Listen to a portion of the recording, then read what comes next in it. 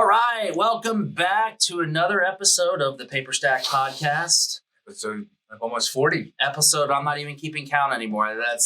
We've been doing it a year now. Yeah, we started in the pandemic when we were all stuck at home, doing it from our back patio where no matter when we decided to do it, somebody decided to mow their yard. Yeah, they're always mowing the lawn. Like, oh my gosh, why is there always someone mowing their yard? Here we are in our studio, ever-changing studio. So yeah, back for another episode. So excited today. Got somebody who's been in the industry forever, a friend, colleague, done business with him, used his services. So we're super excited for this one. This particular one I've been looking forward to for a while. Dickie Baldwin, thank you for joining us today. Good morning, everybody. Yeah. Hello. How are you? Doing wonderful. Awesome, man. Well, I kind of alluded that you've been in the industry. I know you've been in the industry a while. Definitely since I've been in the industry. I think one of the first major trades I did was with Dickie, unbeknownst to me, probably unbeknownst to you. I want to give you a chance to sort of unpack and tell everybody about yourself. Anything and everything you want to share that I may know or not know, and our users would like to know. So for that, take it away, man.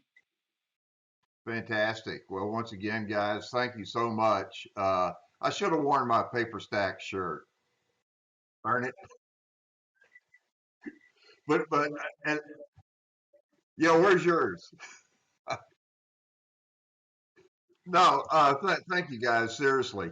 And yes, Rick and Brett, we are definitely friends and colleagues, and I feel very fortunate to be able to share a little bit about myself and let everybody know what I hope I can do to help them become successful, especially in the note industry, because that's primarily where we are right now.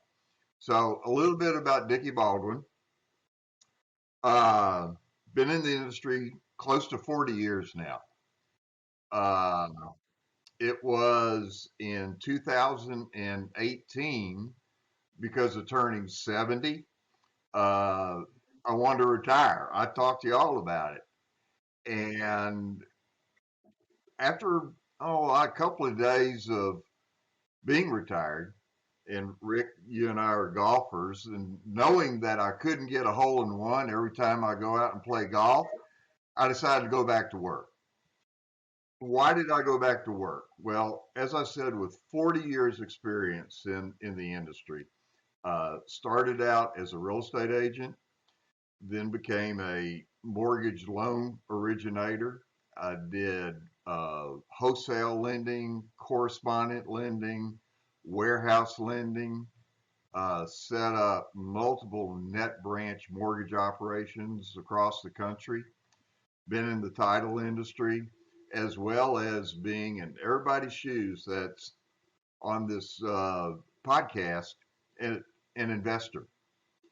And as Rick mentioned, way back when, and I guess, Rick, you always told the story about why Paper Stack really got started was because of a trade that you were doing with me.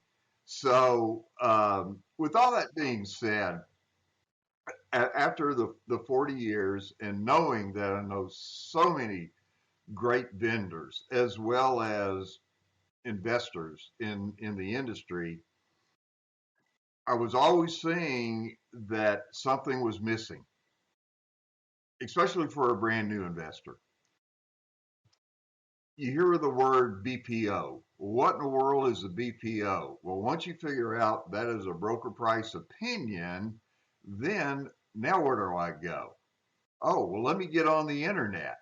Well, geez, you get on the internet and try and find a broker price opinion and or call a local real estate agent to do a broker price opinion. It's a nightmare.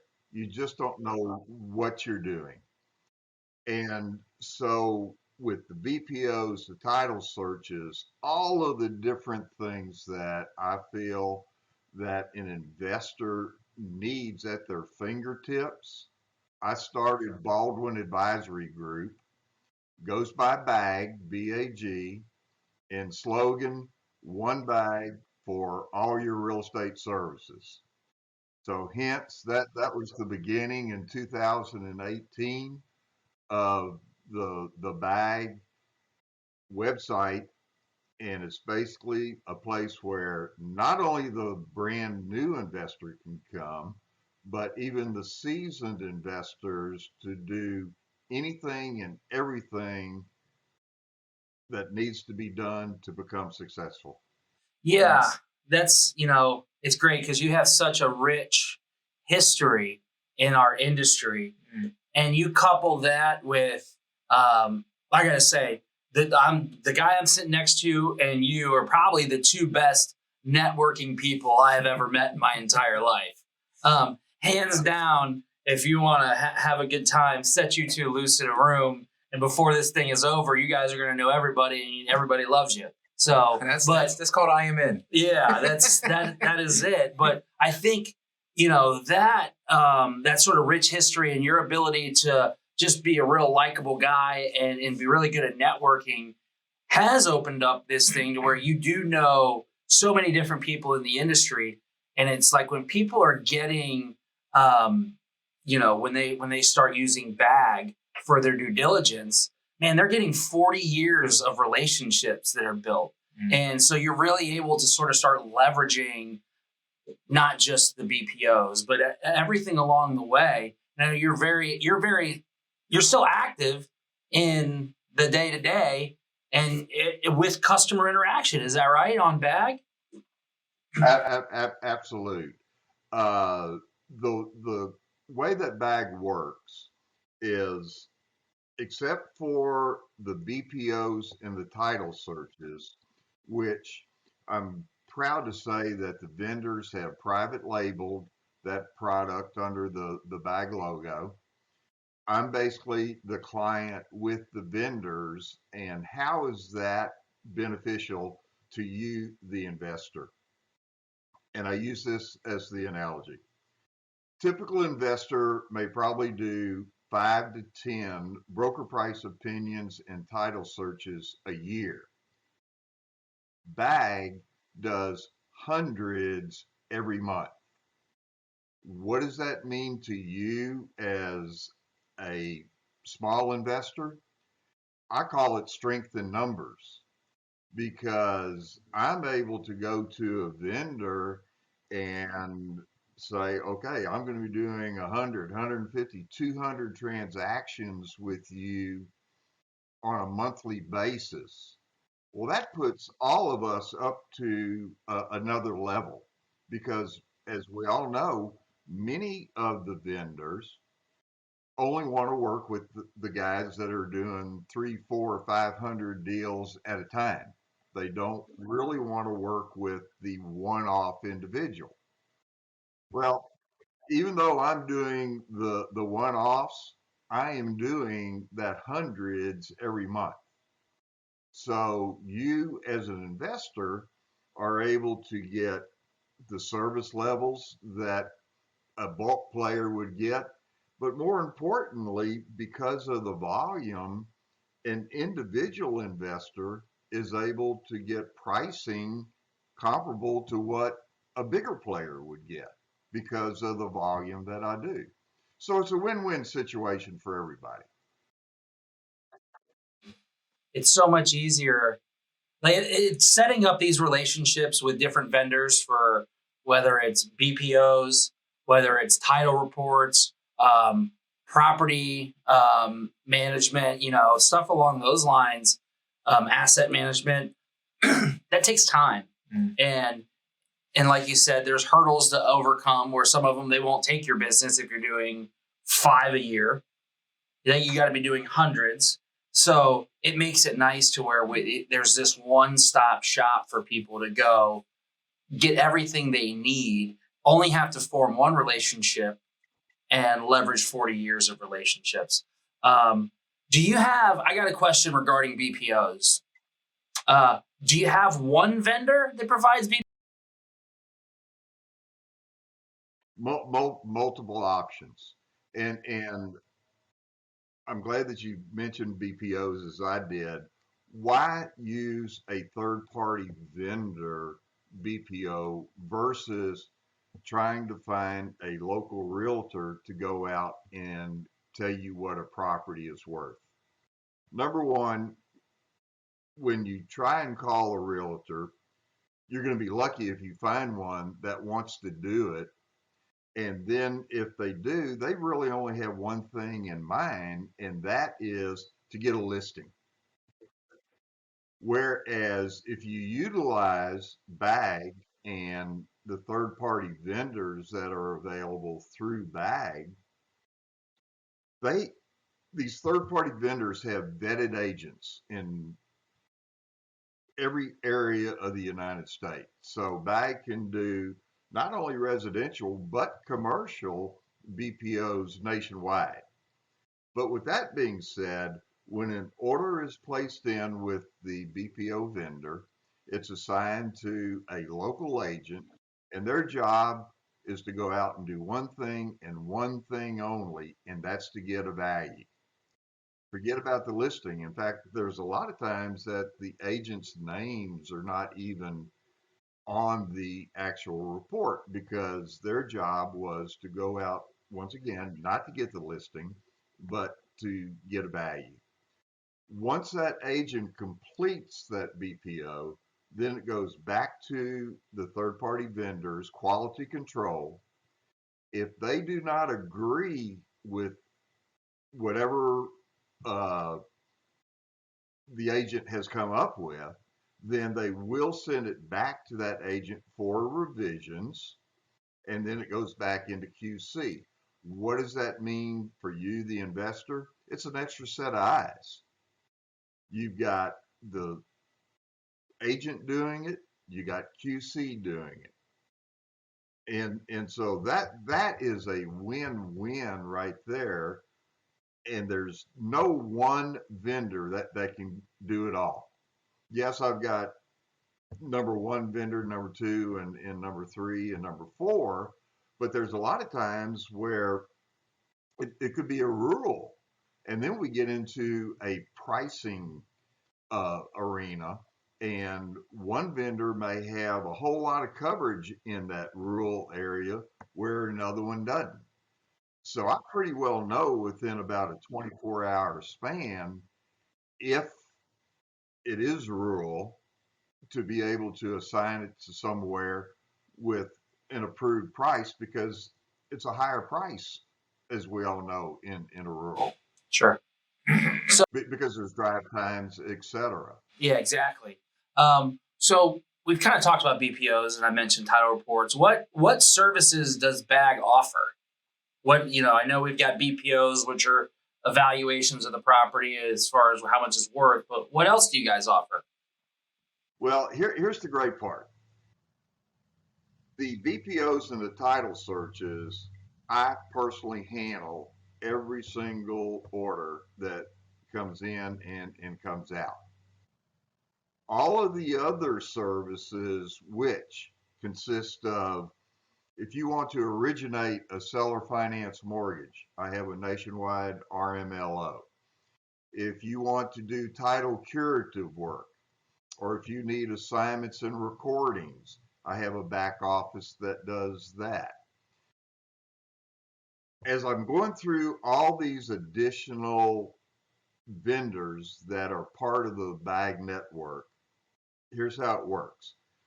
Except for the BPOs and the title searches, those are truly the only things that I actually collect on from you, the investor, because I'm invoiced by the vendor. I invoice you, and then I pay the vendor.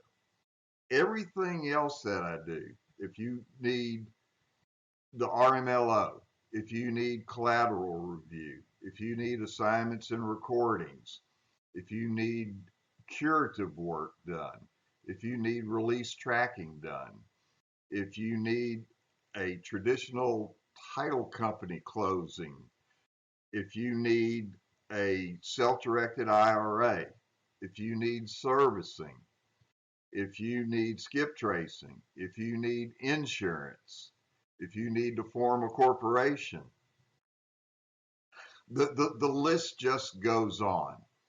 All of these different vendors, because they are experts in what they do and within their areas, I put you, the investor, directly in touch with that particular vendor.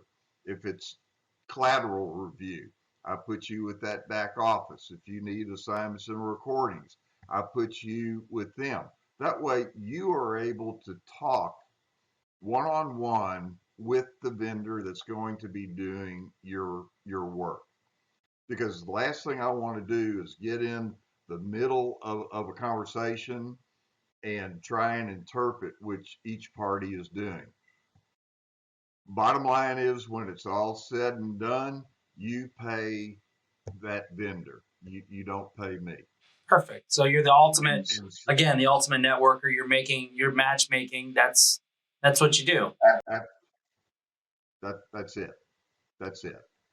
And matchmaking also, inventory in the website being baldwinadvisorygroup.com. Each one of the different items that I've been talking about, there's a section in the website that you can go directly to for that information. But I also, because I know a lot of sellers, as y'all do in the industry, there's a form on the website that buyers and or sellers can complete to let me know what kind of inventory do they want and where do they want it, or where do they have to sell it, because I work with quite a few sellers that will have inventory that may not be on y'all's website. And so, for instance, if you completed the form and you said that you wanted a non-performing note in Idaho, and one of my sellers happens to have a non-performing note in Idaho, I put you directly with that seller and you deal with them from that point on. Once again, Rick, as you said, I'm bringing all of the different parties that are in this industry. It's a big industry in a small world, but you definitely want to be with the top-notch vendors in whatever arena you're trying to get something done. So Bag Network, first stop shop for all due diligence. Sounds like you've got some inventory you can liquidate. You've been in the industry a while. What sort of, like, I don't know, do you have any like tips or tactics or maybe gotcha moments that people should watch out for in the due diligence side of things? Because you handle a lot of the due diligence. You've been doing it for 40 years. Anything that you want to tell the users, like here's some things that you should kind of keep an eye out for, or drive-bys or anything like that? Absolutely. When we learned a long time ago in the industry that a lot of times sellers do not know what they have and what they're selling.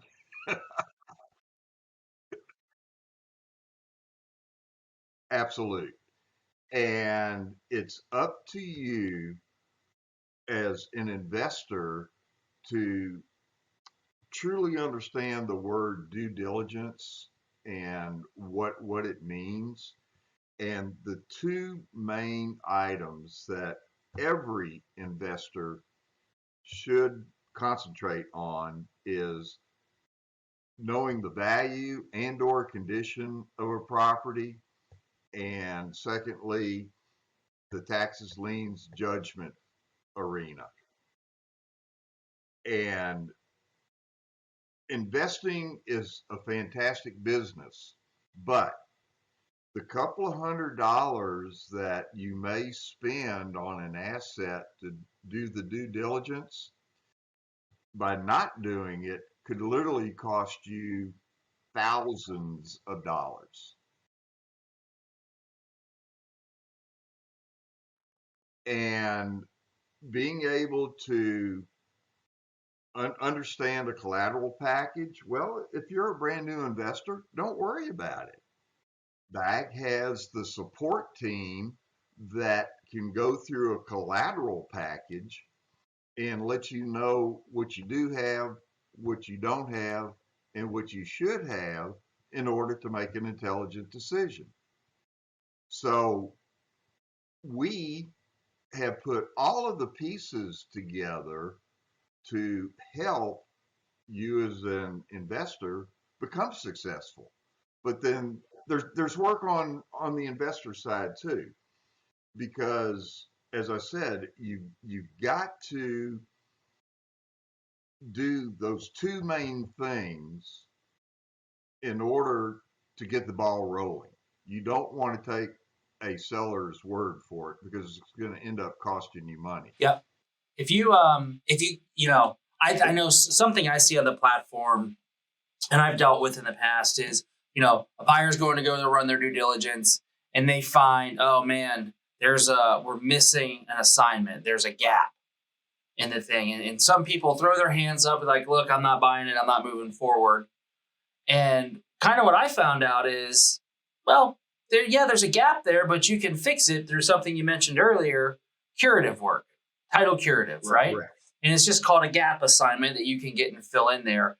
Does your group help getting those gap assignments? I imagine if they do, they've probably got relationships. One of the biggest things is if you go to call somebody at, Cardona Capital or something like that, I might not have a relationship with them. Probably if you've been in the business 40 years or so as your vendors, they probably have those relationships. Am I right? Absolute. And that is the reason that those vendors are part of the BAG network. My goal for all investors is to have the best vendors in the industry. And if for some reason something goes sideways or it's sloppy work done by a vendor, then they won't be part of the BAG network because people are relying on me to save them time, save them energy, and put them with the top people of the industry. One of the other things that I have put together, and which I'm really, really proud of, and it's called my Investor Friendly Realtor Network. And in that network, once again, we're going back to the realtors. Well, we all know there's a lot of them in the country. There's not a whole lot of them that really like working with investors because investors are a different breed. And I have put together a network of realtors that not only can list, sell, and property manage, but especially as a note investor, you need door lock changes, you need houses cleaned out, you need winterization, you need the grass cut, you need rehab. And so there's a little over 100 agents in the BAG network right now around the country. The goal is to have an investor-friendly realtor in every major city of the United States. So Rick and Brett can call Dan in Dayton and say, hey, I need to get this house cleaned out. And that's such an important piece of the puzzle for any note investor. Boots on the ground. Is your boots on the ground. That can really make or break a deal. Mm-hmm. I know, I've had some that are dogs. I've had some that are just heroes, some heroes and some zeros. And the heroes will make your life so good. A lot of times by tapping into them through your network, you're also getting their network, because if they're good at working with investors, chances are they've worked with investors in the past and they've got their own network of people. Yeah, I've got somebody for lawn cuts. Yeah, I've got somebody to change the locks. Yeah, I've got somebody who can, patch a roof or fix a sink or do all that stuff. So it's just the boots on the ground it's all about the networking. Who can you connect with? Who can you have a quality person? You need a quality person, and it sounds like using your network, you've got vetted industry experts who can help with that. So Absolutely. we got a couple of questions. Hold on, I got one from. Okay, here's a question from one of the groups. If you're can answer this, how accurate or percentage-wise are the BPOs your agency performs? How the accuracy of the BPOs? So I think the valuations, like some people question, how accurate are these? And I kind of, in my opinion, I can send out 3 different agents to the same house, and guess what I'm going to get back? 3 different values. Because, if you get somebody who works with investors and they're used to dealing with distressed assets, to say, well, you've got an as is of this and it'll sell. And, if you're looking for a quick sale, or if you're going to put some work in, you've got an after repair value of XYZ. But I'd love to hear your opinion on what you feel is how accurate are your BPOs that you're providing. I would take all of the BPOs that I do, and I would put it up in, seriously, I would put it close to the 90+% of accuracy, being within 3 agents, being within maybe 2 to 3% difference in pricing. And there's ways to handle that as an investor also, because I've learned that you need options. There's a lot of people that don't really like the BPO arena, because exactly what y'all are saying, 3 different values. Well, first off, I've tried to work with my vendors and explain that my customer base are investors. And so as is a very important, but so is the after repair value. And so keeping in mind, and this is the hardest thing about people to understand about a BPO.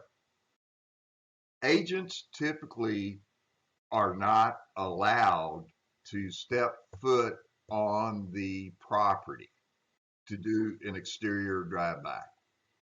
Why? Well, COVID had an awful lot to do with it. But then secondly, people don't want to get shot by stepping on, and so you have to understand that when these agents take these pictures, they can't go into the backyard. A lot of times they can't go on to the side of the house. They can't get up on the roof. They're standing away from, they're on basically the curb. So that's something to consider on the as is value.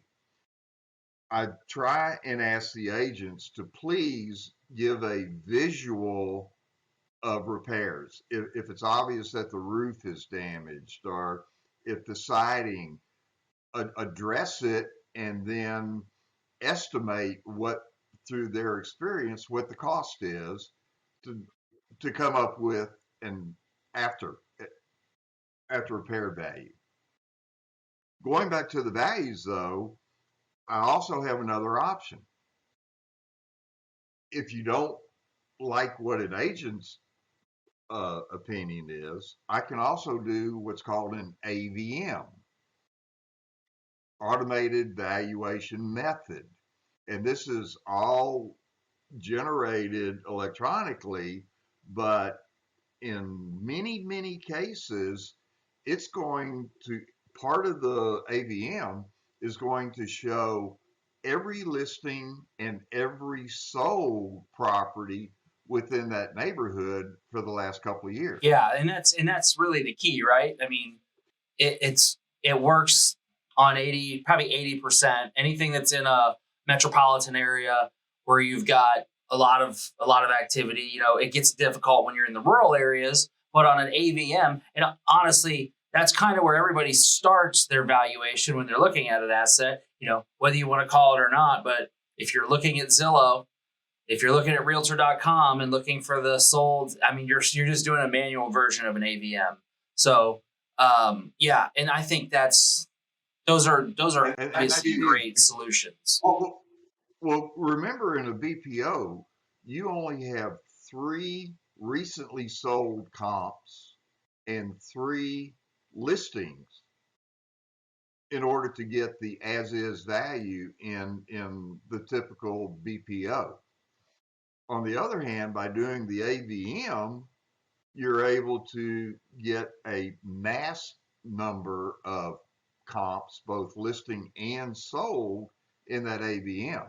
Is it more work on your part as an investor? Well, it's your investment.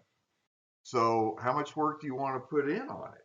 So that's another option. And along with that, I can also attach a property condition report that what happens on the property condition report, sometimes it's done by an agent, sometimes it's not, but they will go and take a current picture of the subject and then answer a multiple list of questions such as, is it a single family, multifamily, manufactured home? Yes or no. Is it occupied? Does it appear occupied or vacant? Is there any visible damage? Is it comparable to the neighborhood? Yes or no. It's all these kind of little questions. So once again, with the property condition report in an AVM, you have enhanced a BPO. So and so that's one of the things that I've tried to do is get different arenas to help assist the investors on how they wanted to approach their due diligence. Good. I like it. Yeah. What do you got, Brett? I don't know. I think you answered all the questions I was going to ask. I was going to ask about the valuation report. You answered that. A couple of other things. I've got those questions about the values of the BPOs. So somebody wants to get in touch with you, Dickie. What's the The website is baldwinadvisorygroup.com. My email is dbaldwin@baldwinadvisorygroup.com. And phone number is 936-447-4170. There you go. Cool. All access pass to Dickie man. Baldwin.